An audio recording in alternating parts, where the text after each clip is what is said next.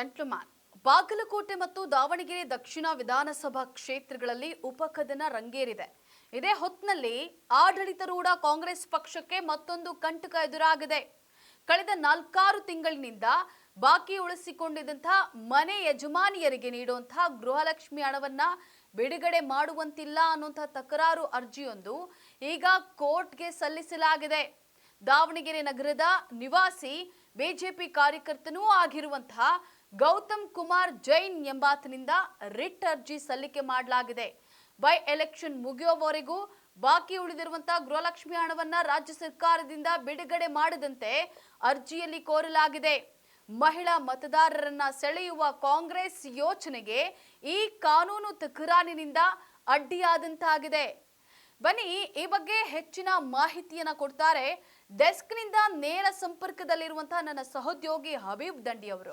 S Habib, ಗೃಹಲಕ್ಷ್ಮಿಯರಿಗೆ ಹಣ ಬಂದಿಲ್ಲ ಅಂತ ಹೇಳಿ ಅಂದ್ರೆ ಪರಿತಪಿಸ್ತಿದ್ದಾರೆ. ಇಂತಹ ಸಂದರ್ಭದಲ್ಲಿ ಇದೇನಿದು ಗೃಹಲಕ್ಷ್ಮಿ ಬೇಡ ಅಂತ ಹೇಳ್ತಾ ಇರುವಂತದ್ದು?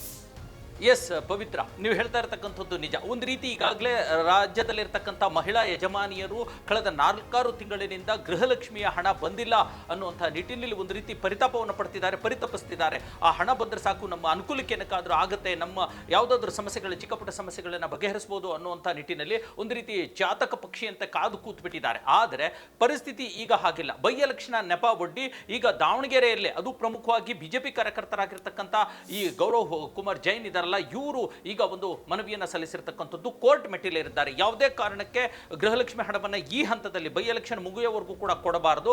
ಕೊಟ್ಟರೆ ಅದು ಮತದಾರರ ಮೇಲೆ ಪ್ರಭಾವ ಬೀರಿದ ಹಾಗೆ ಆಗುತ್ತೆ. ಹಾಗಾಗಿ ಮತದಾರರನ್ನ ಇನ್ಫ್ಲೂಯೆನ್ಸ್ ಮಾಡಿದ ಹಾಗೆ, ಅಥವಾ ಕಾಂಗ್ರೆಸ್ ಪಕ್ಷದ ಅಥವಾ ಆಡಳಿತಾರೂಢ ಪಕ್ಷದ ಪರ ವೋಟ್ ಹೆಚ್ಚು ಗಳಿಸಿಕೊಳ್ಳಕ್ಕೆ ಸಾಧ್ಯತೆಯಾಗುತ್ತೆ. ಹಾಗಾಗಿ ಇದಕ್ಕೆ ಅವಕಾಶ ಕೊಡಬಾರದು ಅನ್ನುವಂಥ ಒಂದು ನಿಟ್ಟಿನಲ್ಲಿ ಅವರು ತಮ್ಮ ತಕರಾರು ಅರ್ಜಿಯನ್ನು ಸಲ್ಲಿಸಿರ್ತಕ್ಕಂಥದ್ದು. ಹಾಗಾಗಿ ಈಗ ಒಂದು ರೀತಿಯ ಆಕ್ರೋಶ ಪಡುವಂಥ ಪರಿಸ್ಥಿತಿ ನಿರ್ಮಾಣವಾಗಿದೆ ಬಿಜೆಪಿ ಮೇಲೆ. ಯಾಕಂದ್ರೆ ಕೊಡುವಂತ ಹಣ ಅಟ್ಲೀಸ್ಟ್ ಬೈ ಎಲೆಕ್ಷನ್ ನೆಪದಲ್ಲಾದ್ರೂ ಕೊಡ್ತಾ ಇದ್ರಲ್ಲ, ಕ್ಲಿಯರ್ ಮಾಡ್ತಿದ್ರಲ್ಲ ಅನ್ನುವಂಥ ಒಂದು ಅದು ನಿಂತೋಯ್ತಲ್ಲ ಅನ್ನುವಂಥ ಬೇಸರ ಈಗ ಮನೆಯ ಯಜಮಾನತಿಯರಿಗೆ. ಇತ್ತ ಕಡೆ ಒಂದು ರೀತಿ ಅದು ಕಾಂಗ್ರೆಸ್ಗೂ ಕೂಡ ಲಾಭವಾಗಿ ಪರಿಣಮಿಸ್ಬಿಟ್ಟಿದೆ. ಯಾಕಂದ್ರೆ ಮೊದಲೇ ದುಡ್ಡಿಲ್ಲ, ಅದರಲ್ಲೂ ಕೂಡ ಈಗ ಕೊಡಬೇಕಲ್ಲ, ಈ ಟೈಮಲ್ಲಿ ಕೊಟ್ಟಾದ್ರೂ ಒಂದಷ್ಟು ವೋಟ್ ಗಳಿಸ್ಕೊಳ್ಳೋಣ ಅಂತ ಹೇಳುವಂಥ ಕಾಂಗ್ರೆಸ್ನವ್ರಿಗೆ ಏನ್ ಮಾಡ್ತಾರೆ, ಆ ಎಲ್ಲ ಭಾರವನ್ನ ಬಿಜೆಪಿ ಮೇಲೆ ಹಾಕ್ಬಿಡ್ತಾರೆ. ಬಿಜೆಪಿ ನಾವು ಕೊಡ್ತಾ ಇದ್ವಿ, ಅದೇ ಬಿಜೆಪಿ ಅವರು ಕೋರ್ಟಿಗೆ ಹೋಗಿ ಅರ್ಜಿ ಹಾಕ್ಬಿಟ್ಟು ಆ ದುಡ್ಡು ಕೊಡ್ಲಿಲ್ಲಂಗೆ ಮಾಡ್ಬಿಟ್ಟಿದ್ದಾರೆ ಕಣ್ರಿ ಅನ್ನುವಂಥ ಒಂದು ಮಾತು ಹೇಳುವಂತ, ಅಂದ್ರೆ ಚುನಾವಣಾ ಪ್ರಚಾರದಲ್ಲಿ ಈ ಮಾತನ್ನು ಕೂಡ ಬಳಸಿಕೊಳ್ಳುವಂತ ಎಲ್ಲ ಸಾಧ್ಯತೆಗಳು ಕೂಡ ಇವೆ. ಆದರೆ ಎರಡೂ ಕಡೆಯಿಂದ, ಕಾಂಗ್ರೆಸ್ ಮತ್ತು ಬಿಜೆಪಿ ಕಡೆಯಿಂದ ಈಗ ಲಾಸ್ ಆಗ್ತಾ ಇರತಕ್ಕಂಥದ್ದು ಈ ರಾಜ್ಯದ ಯಜಮಾನಿಯರಿಗೆ ಗೃಹಲಕ್ಷ್ಮಿ ಹಣ ಸಿಗ್ತಾ ಇಲ್ಲ. ಪವಿತ್ರ, ಎಸ್ ಹಬೀಬ್, ಒಂದ್ ವೇಳೆ ಈ ಹಣ ಕ್ರೆಡಿಟ್ ಆದ್ರೆ ಬೈ ಎಲೆಕ್ಷನ್ಗೆ ಏನಾದ್ರೂ ಲಾಭ ಆಗುತ್ತಾ? ಒಂದ್ ವೇಳೆ ಆಗಿಲ್ಲ ಅಂದ್ರೆ ಏನ್ ನಷ್ಟ ಆಗ್ಬೋದು ಅಂತ? ಖಂಡಿತ ಪವಿತ್ರ, ಇದು ನೋಡಿ, ಎರಡೂ ಪಕ್ಷಗಳ ರಾಜಕೀಯ ಒಂದು ನಡೆ ಇದರಲ್ಲಿ ಸ್ಪಷ್ಟವಾಗಿ ನಮಗೆ ಗೋಚರಿಸುತ್ತೆ. ಇಲ್ಲಿವರೆಗೂ ಏನು ಬೈ ಎಲೆಕ್ಷನ್ ನಲ್ಲಿ ಒಂದಷ್ಟು ಈಗಾಗಲೇ 5-6 ತಿಂಗಳಿಂದ ಬಾಕಿ ಇರತಕ್ಕಂಥ ಹಣವನ್ನು ಅಟ್ಲೀಸ್ಟ್ 1-2 ತಿಂಗಳು 3 ತಿಂಗಳಾದರೂ ಹಣವನ್ನು ಹಾಕಿ ಮಹಿಳೆಯರ ಮತಗಳನ್ನು ಸೆಳೆದುಕೊಳ್ಳೋಣ ಅನ್ನುವಂಥ ಒಂದು ನಿರೀಕ್ಷೆ ಮತ್ತು ರಾಜಕಾರಣದ ಆಟ, ದೂರಾಲೋಚನೆ ಇವೆಲ್ಲವೂ ಕೂಡ ಆಡಳಿತಾರೂಢ ಕಾಂಗ್ರೆಸ್ ಪಕ್ಷಕ್ಕೆ ಇದ್ದಿದ್ದಂತೂ ಸ್ಪಷ್ಟ.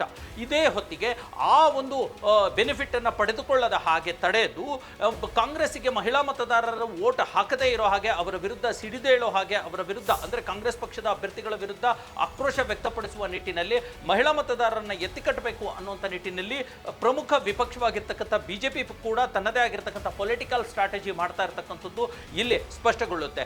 ಹಾಗಾಗಿ ಈಗ ಕಾಂಗ್ರೆಸ್ ಪಕ್ಷಕ್ಕೆ ಒಂದು ರೀತಿಯ ಅನಾನುಕೂಲ ಇದರಿಂದ ಉಂಟಾಗಿರ್ತಕ್ಕಂಥದ್ದು ನೋಡಿ. ಹಾಗೂ ಹೀಗೂ ಈಗ ಒಂದು ದೊಡ್ಡ ಮಟ್ಟದ ಬಿಜೆಪಿಯಿಂದ ಪ್ರತಿರೋಧ ವ್ಯಕ್ತವಾಗ್ತಾ ಇದೆ ಎರಡೂ ಕ್ಷೇತ್ರಗಳಲ್ಲಿ. ಈಗಾಗಲೇ ಬಾಗಲಕೋಟೆಯಲ್ಲಿ ಕಾಂಗ್ರೆಸ್ ಅಭ್ಯರ್ಥಿ ಗೆಲ್ಲುವಂಥದ್ದು ಅಷ್ಟು ಮಟ್ಟ ಸರಳ ಅಲ್ಲ ಅನ್ನುವಂಥದ್ದು ಕೂಡ ಗೊತ್ತಾಗ್ತಾ ಇದೆ. 50-50 ಆಗ್ತಿದೆ ಅನ್ನುವಂಥದ್ದು. ದಾವಣಗೆರೆ ದಕ್ಷಿಣದಲ್ಲೂ ಕೂಡ ಈ ಮುಸಲ್ಮಾನ್ ಮತದಾರರ ಬಂಡಾಯದಿಂದ ಕಾಂಗ್ರೆಸ್ ಅಭ್ಯರ್ಥಿಗೆ ದೊಡ್ಡ ಮಟ್ಟದ ಆತಂಕ ಎದುರಾಗಿದೆ.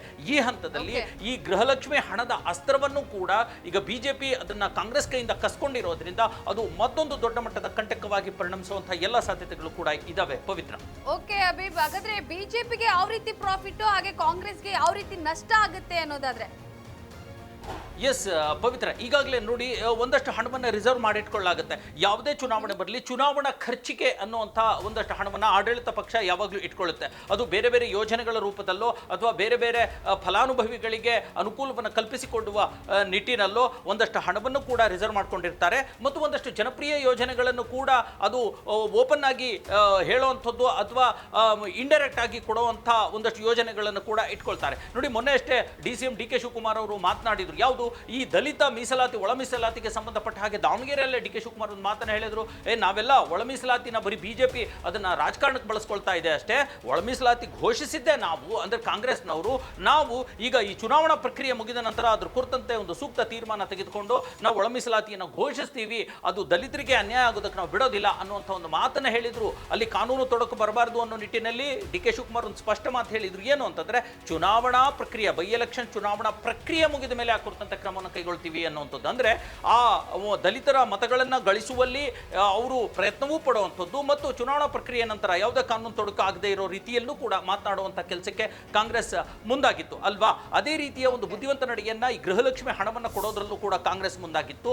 ಆದರೆ ಈಗ ಈ ಒಂದು ರಿಟ್ ಅರ್ಜಿಯನ್ನು ಸಲ್ಲಿಸಲಾಗಿದೆ. ಆ ರಿಟ್ ಅರ್ಜಿಯನ್ನ ಕೋರ್ಟ್ ಪರಿಗಣಿಸಿ ಸರ್ಕಾರಕ್ಕೆ ನಿರ್ಬಂಧವನ್ನ ಹೇರಿದ್ದೇ ಆದರೆ ಕಾಂಗ್ರೆಸ್ಗೆ ಅಷ್ಟರ ಮಟ್ಟಿಗೆ ಅಂದ್ರೆ ಮಹಿಳಾ ಮತದಾರರನ್ನ ಅವರ ಒಲವನ್ನ ಅವರ ವೋಟ್ಗಳನ್ನ ಪಡ್ಕೊಳ್ಳೋಷ್ಟು ಮಟ್ಟಿಗೆ ಅಷ್ಟರ ಮಟ್ಟಿಗೆ ಒಂದು ರೀತಿ ನಿರ್ಬಂಧ ಲಾಸ್ ಆದ ಹಾಗೇನೆ ಅಷ್ಟರ ಮಟ್ಟಿಗೆ ಬಿಜೆಪಿ ಸಕ್ಸಸ್ ಆದ ಹಾಗೆ.